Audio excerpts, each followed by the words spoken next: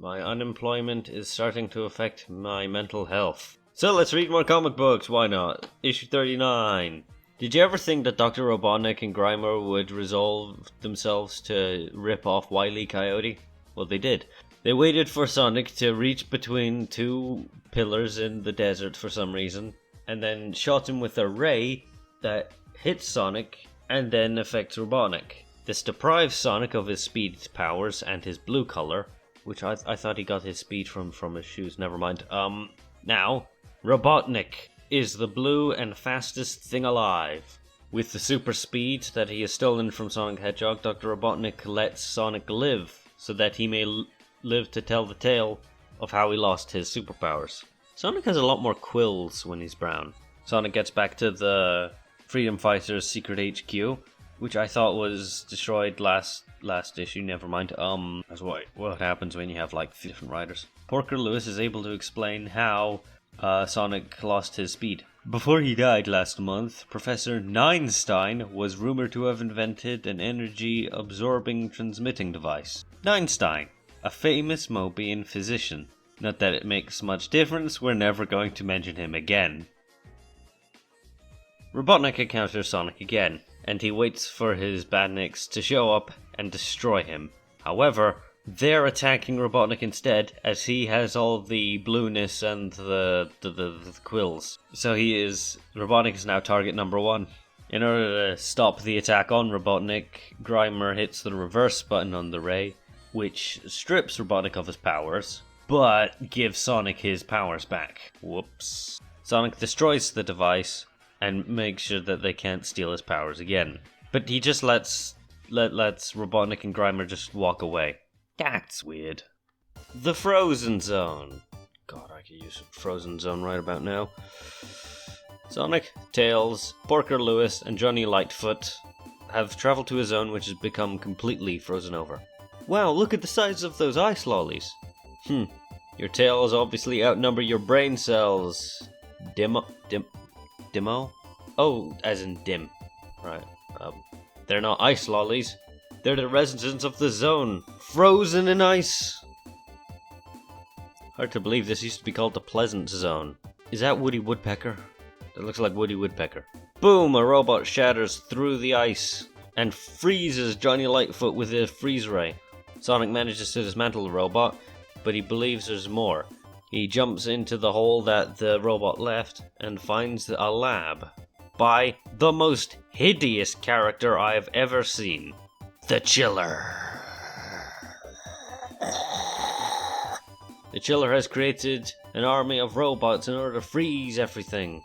He freezes Porker, he freezes Tails, and Sonic is unable to destroy the machines as these ones are indestructible, and his shoes begin to freeze over on the ice. Okay, Chiller, it's traditional for the villain to explain his dastardly plot to his captives. Go ahead. Chiller has created a freezing machine, the Chill Machine, to freeze everything in the zone. And he did it because his weather control device was deemed too dangerous by the denizens of the town, and they gave him the cold shoulder. So he decided to return the insult. So basically his entire motivation was that they just didn't like his machine. It's a bit rude. Sonic escapes the ice by vibrating his feet, and now he manages to disable the indestructible chill bots. The heat that Sonic generated from his speed trail managed to melt the ice.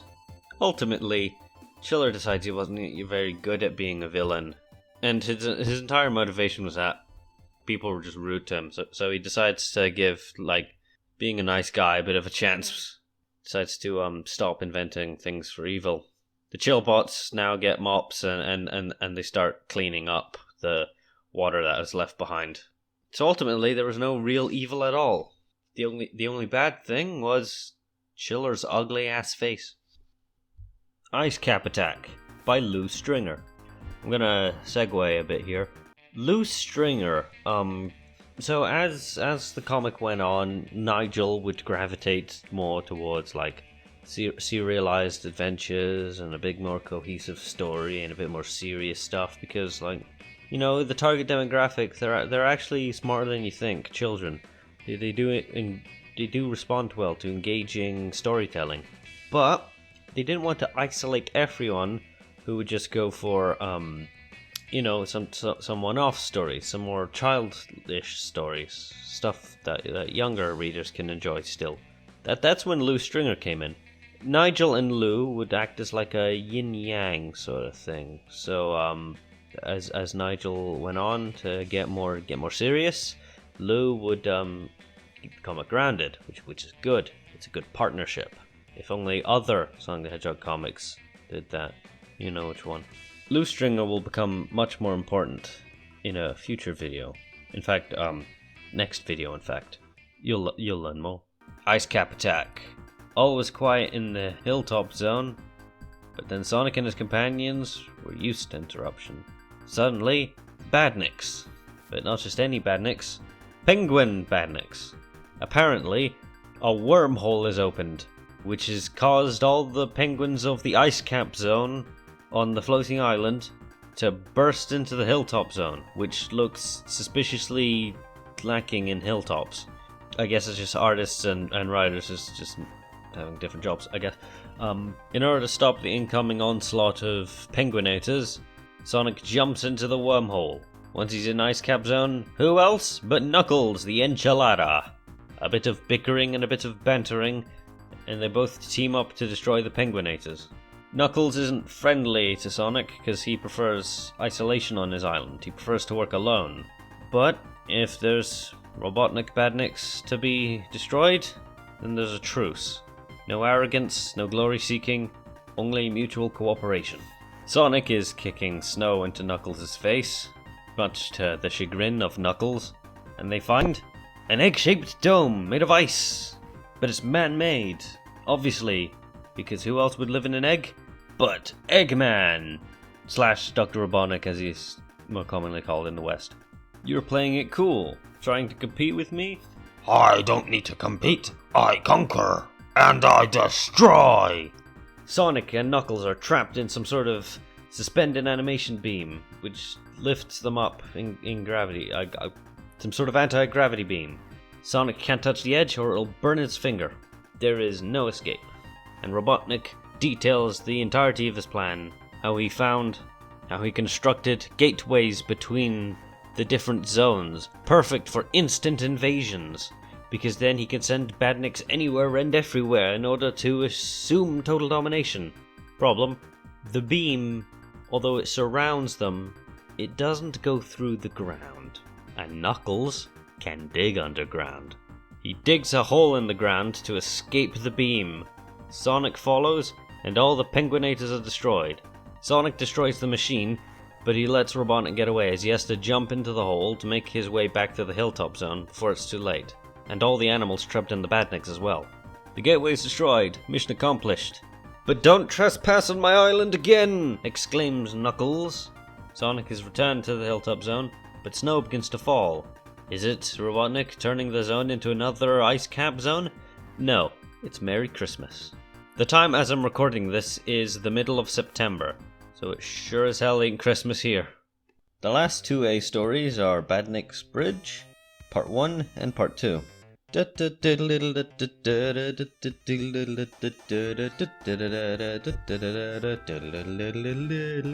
Bob Beaky's Traveling Circus, what a show, what a show. In order to be on the run from Dr. Robotnik and his totalitarian dictatorship, the freedom fighters have taken up shop in a traveling circus under Sonic's alias Bob Beaky, with his goggles, fake beak, scarf, and I'm gonna assume fake legs just so he can look taller than he actually is. After the circus show, Tails and Kentobor have found that Dr. Robotnik has manufactured a super thruster, one that intends to get the Death Egg from the launch base zone back into space. In order to destroy the thruster, they must go to the Emerald Valley Bridge and destroy it, as it's the only way to get to the launch base zone from the manufacturing facility. I've never heard of the Emerald Valley Bridge. I assume it's just something that was completely invented for the comic. Meanwhile, on the mysterious floating island... Good news, Dr. Robotnik, sir. A report from the Marxio brothers says that Knuckles will be finished soon.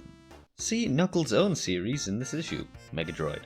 I love that. He's having a phone conversation with a story later on in the issue. That's just clever. Sonic arrives at the bridge to see the thruster on its way to deliver the thruster to the floating island itself. Sonic places a bunch of anti-tank mines, but he's ambushed by a new, faster super soldier robot. It's got all sorts of Inspector Gadget kind of crap all over it. It has a cage arm to trap Sonic in a cage. That's quite silly. Go check out the review zone. They got a review for the Game Gear game Sonic Triple Trouble. I should play that remake version. Arriving in the tornado, Amy and Johnny Lightfoot find Sonic to be trapped in the cage on the side of the bridge. If Sonic can't get out of the blast radius, he, the robot, and everything else will be destroyed in a fiery blast. The robot sees an unauthorized aircraft, which causes the payload to halt its delivery, just shy of the anti-tank mines. Finally, Sonic does what he does best, running in circles, which allows him to completely disassemble the cage from the inside out. The robots find the anti-tank mines, however Sonic stops the payload dead in its tracks by removing all of the wheels, meaning it's going nowhere fast. Once Sonic is safely back on the tornado, Amy uses her new regular bow, as opposed to her crossbow, in order to shoot an arrow at the tanks, blowing everything to hell, leaving the Death Egg still stranded in the launch bay zone.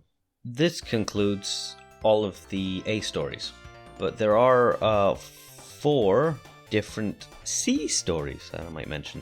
For some reason, issues 41 and 42, because it was Christmas time, I guess, got some additional stories. They're all fairly, let's say, banal. Amy gets one where she proves her worth, how she can take on some badniks, I suppose, on her own.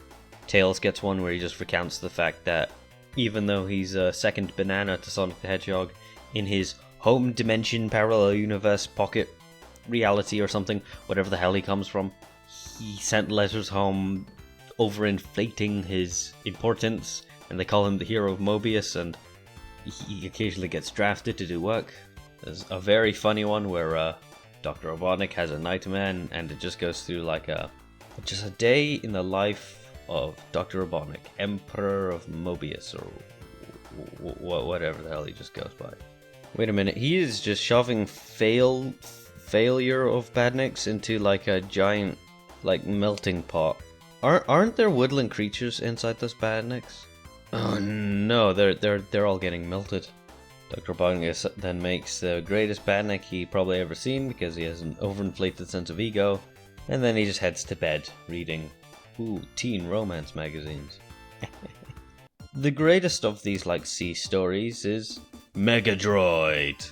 Megadroid is the mascot for Sonic the comic itself, and it features who else but Megadroid. He's the mascot, he's the guy that does the things at the start, he's probably the guy that makes the reviews, and now he has his own micro story, with the script by Carl Flint and the art by Nigel Kitching.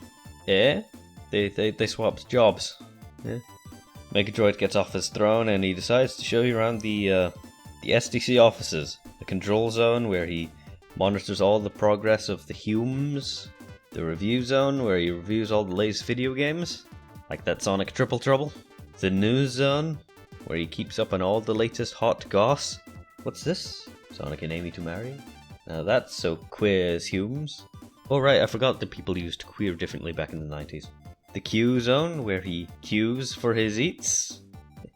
The major creative flow in the art zone. What's this? I'll finish it tomorrow. Honest. Nigel. The one and not the only Megadroid. Wishes you all a Merry Christmas. At the time I'm writing this segment of the video, it is the 21st of September. Oh man, I really wish it was Christmas.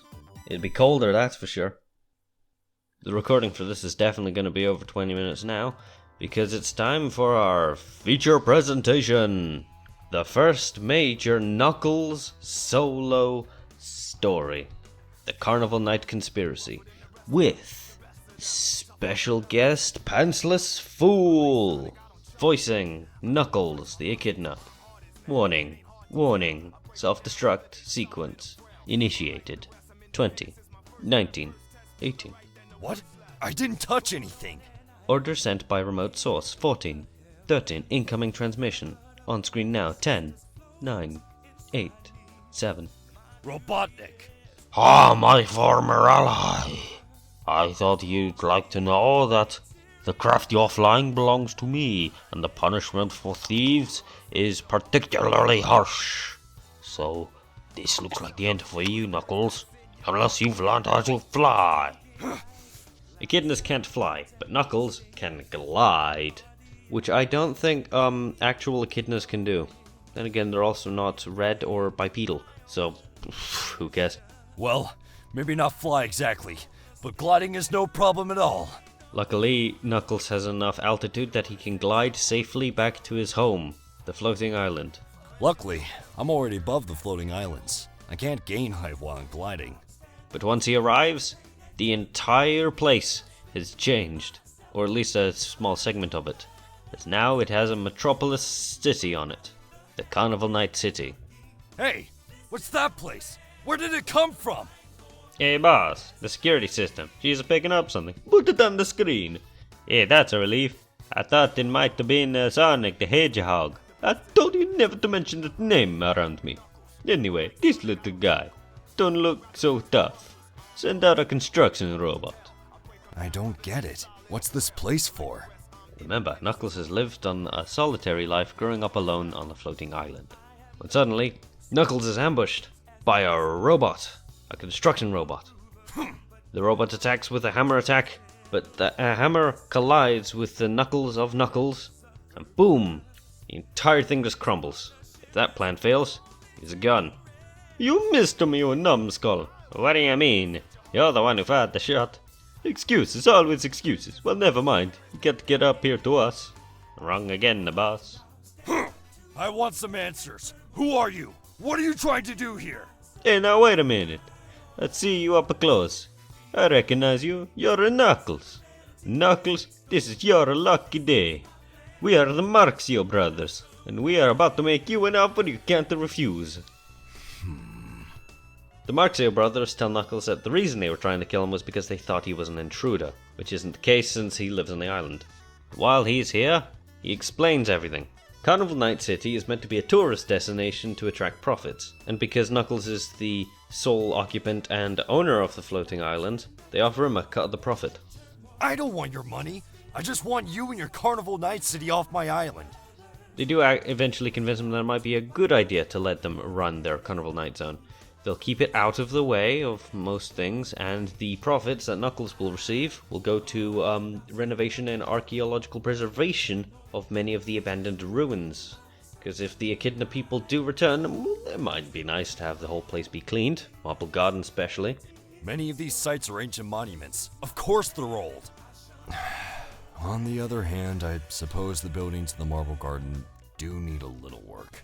They try to show Knuckles around, however, as soon as he sees the Robotnik robots, he believes he has been betrayed. The Marxio brothers quickly respond with saying they're just security robots they bought from Robotnik since he's the only one who can really make robots to sell. Skeptical, Knuckles wonders how the Marxio brothers heard of the floating island in the first place. Well, after the fights with Robotnik, it's not exactly a secret now anymore. In order to get Knuckles on board even further, they show him one of the carnival rides. A roller coaster. However, the roller coaster is actually supposed to kill Knuckles. Fast, nauseating turns, an axe with a sharp edge, giant monsters made of clay or stone. I've no idea how they did that without animatronics. Bumps and loops and possibly some Megamac and ghosts and stuff, and out the hole he is up in the air. Luckily, he had the axe and he managed to flip around and get back on the track. Minutes later, he arrives at the Marxio brothers again. Hey Knuckles, old buddy, good to see you. You may have noticed we have a few problems with the ride, a few teething troubles, nothing we can't sort out. Take it easy, Gruccio. I love the ride, so I'm letting you stay on the floating island. You're a smart kid, Knuckles. I can see we made a shrewd move when we decided to make you our partner in the Carnival Night Zone. Knuckles is given the position of marketing consultant. He even gets his own desk. He's even got a TV. Nice. Look, Rucho, I only agreed to this so then I could afford to renovate the older parts of my floating island. So I don't see why I need an office.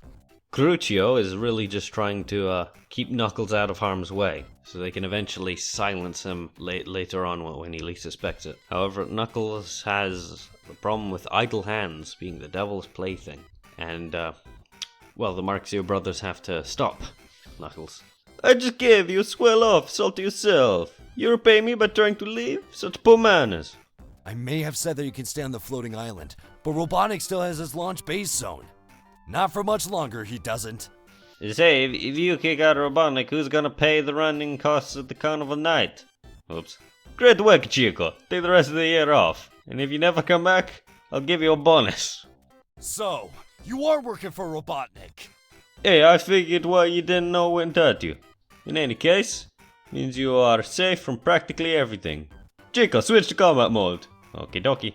Well, Knuckles, it looks like we'll have to deal with you the old-fashioned way. Can I have his TV, boss? Marxio brothers have their own sort of big arms looking thing. Everyone loves the big arms, boss. They give him a smash and oh no, it looks like Knuckles is defeated. We're expecting the first visitors from Obis any time now. Dr. Robotnik will earn a fortune from the Carnival Night Zone. Well, we don't want another casino night fiasco, do we? Nothing can go wrong this time, I assure you. But things actually could go wrong. Very wrong. Sorry, boys, but I wait for no one. First, I'm gonna take care of you clowns. Then I'm gonna tear down that Carnival Night Zone. Knuckles evades the attacks because he is the Tunnel Master. It's a big game of whack-a-mole, and they just can't get him. Time to taste your own medicine, guys! Badnik reinforcements arrive, but so do the first visitors for the Carnival Night Zone. Oh no. I can't destroy the zone with all these people around. Somebody could get hurt. I gotta find another way to beat these badniks. And fast! The Marxio brothers are trying to rush everyone into the carnival. Pay no attention to the red porcupine over there fighting the badniks. He's just a hero. And it's all for show, people. Completely surrounded, Knuckles has to think of something now. Such as spinning in place, punching everything surrounding him at once. Ha! Got you all at the same time. Now to take care of the Marxios once and for all. Too late, Knuckles. We've got another 20 badniks waiting to attack you the minute you step into the zone. Who says I'm going into the zone? There's a fault line around here somewhere. All I have to do is sense exactly the right place, and then I strike! Knuckles cracks the entire Carnival Night Zone off the island, leaving all the civilians unharmed. And as soon as it is far away enough from the magics which give the floating island its ability to fly, it crashes down to the surface. With a bit of luck, there'll be some of the emerald power left to cushion their impact when they land. As for the rest of you, off my island, now! Get back to your transports! Aye. What will Dr. Robotnik do to us when he realizes what's happened? You wait and find out if you want. Me, I'm heading back to Super Marxio World. As for Robotnik, he's going to have plenty on his mind when Knuckles catches up with him. That kid's a lot tougher than he looks. And this concludes this video. My god, it is a long one. But I'd love to thank PantslessFool for coming around. Say something, PantslessFool. Hello, my name is PantslessFool and I'm the fan voice of Knuckles the Echidna. Thank you for having me, ScottishDrunkard. It was a pleasure. And now to insert some shameless plugins. I'm a voice actor by trade, and you can find me on Twitter with the username Pantsless_VA, or just with the app bar being PantslessF. Thank you so much for listening in. Please don't forget to subscribe to ScottishDrunkard's channel, as that means a lot. Take care, and have yourselves a wonderful day. And with that, that'll be all. Good night, good luck, and good whatever the hell you're doing.